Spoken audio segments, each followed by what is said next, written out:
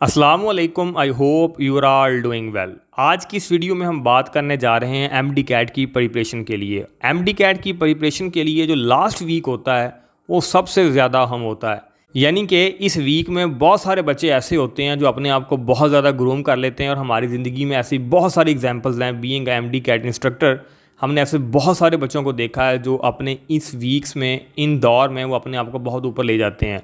लेकिन हमने बहुत सारे ऐसे बच्चों को भी देखा है जिनका पहले एफएलपी का स्कोर बहुत अच्छा होता था, लेकिन आफ्टर सम टाइम्स या इस वीक में आकर वो अपने आप का जो कॉन्फिडेंस है वो लूज़ कर देते हैं, तो वो बहुत ज़्यादा मार खाते हैं। तो लिहाजा ये जो आपका वीक है ये आपके लिए डिसीजन मेकिंग वीक है। आप कह लें कि आपके जो टेस्ट का स्कोर है इस वीक के ऊपर बहुत ज़्यादा डिपेंड करेगा। तो ये जो एक वीक है आपने इसको किस तरीके से मैनेज करना है। वो बच्चे जो किसी अदारे या किसी एकेडमी के साथ अटैच हैं उनके लिए भी बहुत अहम मालूमात मौजूद हैं, और वो बच्चे जो किसी अदारे या किसी एकेडमी के साथ नहीं हैं उन्होंने किस तरीके से चीज़ों को साथ लेके चलना है, दोनों के लिए चीज़ें मौजूद हैं। सबसे पहले बात करें तो बात आती है बिलीव की, यकीन की, जिसे हम कॉन्फिडेंस बोलते हैं। बहुत सारे बच्चों को लफ्ज़ बार बार कॉन्फिडेंस का सुना होता है, लेकिन उनको कॉन्फिडेंस का मायना नहीं आता होता कि कॉन्फिडेंस से मुराद क्या है इस एम कैट में।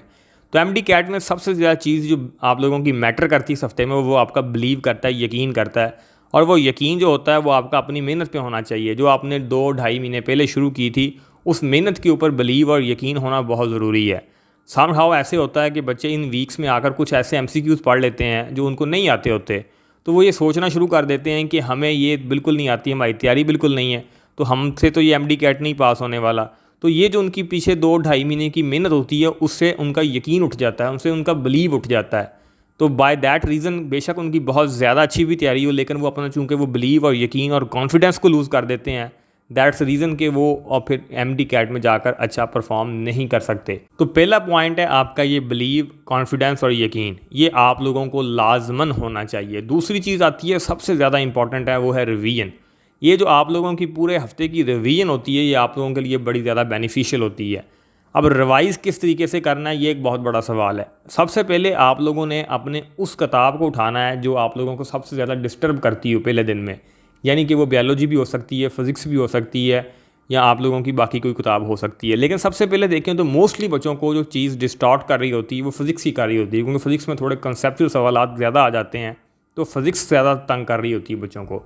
तो आप कोशिश करें कि अपनी फ़िज़िक्स को ही सबसे पहले रखें, और आप फिज़िक्स की ये पूरी बुक आपने रिवाइज़ करनी होती है जस्ट 1 डे में। लेकिन आपने जो शुरुआत करनी होती है रिवीजन की, आपने वहाँ से करनी होती है, वो टॉपिक से, वो चैप्टर से जो आपको सबसे कम आते हैं और बच्चे को पता होता है कि मुझे कौन से टॉपिक्स जो मेरे हैं वीक हैं।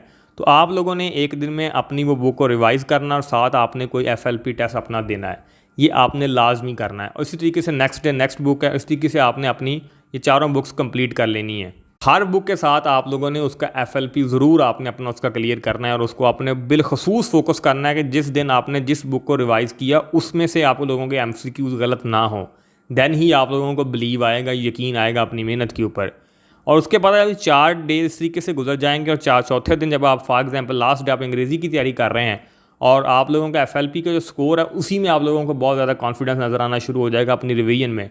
And the second point is that कि आपने जब आपके जो एंड वाले 2 दिन होंगे इसके बाद उसमें आपने सबसे ज़्यादा एफर्ट पुट ये करनी है कि इसके बावजूद भी जो आप लोगों के लूप होल रह गए हैं, अभी आपको एफएलपी में जो कुछ कमियां नज़र आ रही हैं उनके ऊपर आपने दोबारा से मेहनत करनी है, और उनको आपने बिल्कुल इस तरीके से फोकस करना है कि आप लोग उनसे अच्छे तरीके से अपने रिजल्ट्स गेन कर पाएँ, और उन टॉपिक्स को बार बार आपने उनकी प्रैक्टिस करनी है जिनके ऊपर आप लोगों की कमांड कम है। और ये चीज़ आप लोगों के कॉन्फिडेंस में इतनी ज़्यादा आपको फ़ायदेमंद साबित होगी, और इसका रिजल्ट आप लोगों को एमडी कैट में नज़र आएगा, और इंशाल्लाह ताला आप लोग बहुत अच्छा परफॉर्म कर पाएंगे। होता ये है कि बहुत सारे बच्चों ने तैयारी तो बहुत अच्छी की होती है, लेकिन वो इन दिनों में आकर बहुत सारे अपने फ्रेंड सर्कल से या कभी व्हाट्सएप ग्रुप से या कभी फेसबुक के किसी ग्रुप से कुछ ऐसे एमसीक्यूज़ पढ़ लेते हैं जो उनको नहीं आते होते, और उन एमसीक्यूज़ की वजह से या उन दोस्तों की उन बातों की वजह से या कुछ कोई ऐसा टॉपिक्स आपको बता दिया जाता है कि ये फ़लाँ टॉपिक है, ये तो इसमें से बहुत एमसीक्यूज़ आए थे, और आपसे कोई 2-4 एमसीक्यूज़ शेयर कर दिए जाते हैं जो आपको नहीं आते।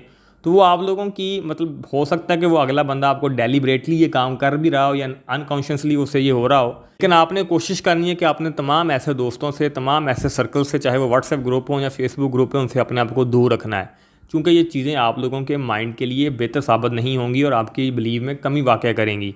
तो बिलीव सबसे ज़्यादा ज़रूरी है, जैसे मैंने आप लोगों को बताया। तो ये आपने काम करना है। वो बच्चे जो किसी एकेडमी या उनके पास कोई एफएलपी टेस्ट नहीं है, तो वो कोशिश ये करें कि सबसे पहले तो वो चैप्टर वाइज टेस्ट अगर उन्होंने अभी तक नहीं दिए तो इस वीक में वो कोशिश करें कि वो पहले जो 2-3 डेज़ हैं उसमें अपने तमाम बुक्स के, या पहले 4 डेज़ में इवन दो, कि पहले 4 दिनों में वो ऐसा करें कि वो अपने चैप्टर वाइज टेस्ट को ज़्यादा से ज़्यादा क्लियर करें उनको, हर बुक के को।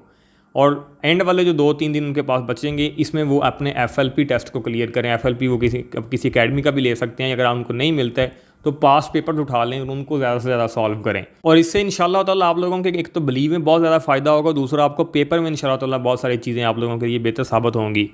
मैं ऐसे बहुत सारे बच्चों को जानता हूँ जिन्होंने इस रिवीजन के प्रोसेस के ऊपर या अपने उस बिलीव और यकीन के ऊपर जिस तरीके से उन्होंने इस तमाम चीज़ों की वजह से वर्कआउट किया, उसके बायस उनके नंबर अगर इस वीक से पहले FLP में 140 या 130 आ रहे थे तो यही मार्क्स वो 180, 185, 190 तक ले गए। तो इस तरीके से आप लोगों ने भी वर्क करना है तो इंशाल्लाह ताला अल्लाह पाक आपको ज़रूर कामयाबी अता फरमाएगा। टेंशन नहीं लेनी। सबसे पहले हमारे माइंड्स में एक तो MD कैट को लेकर जो ऑब्सेशन और जो परसेप्शन स्कैम हो चुकी हैं उनसे आप लोगों ने थोड़ा बाहर रहना, अपने आप को थोड़ा आज़ाद करना है माइंड में कि ये आप लोगों ने मेहनत की है, अल्लाह पाक मेहनत का रिवार्ड ज़रूर देता है।